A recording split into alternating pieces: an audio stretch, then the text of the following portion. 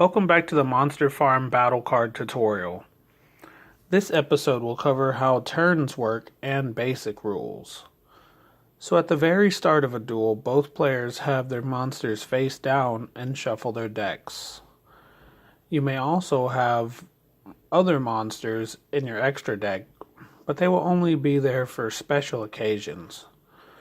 You and your opponent will decide who goes first by playing rock, paper, scissors, or flipping a coin, or rolling a dice. The means doesn't matter, but who goes first and who goes second does. Then after that, both players will flip over their monsters and the duel will begin. Each player draws cards until their hand is 5.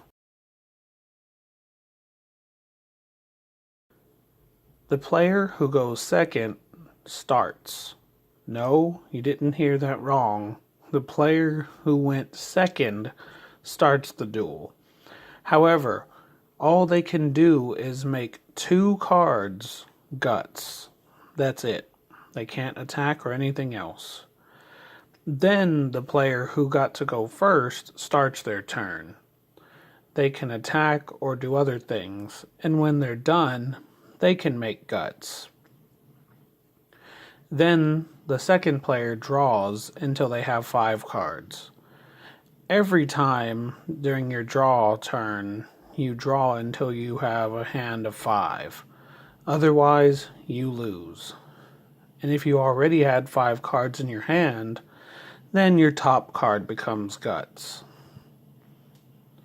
The goal of the game is to either knock out all 3 opponents' monsters while you still have at least 1 monster left, or to make your opponent deck out by not being able to draw any more cards.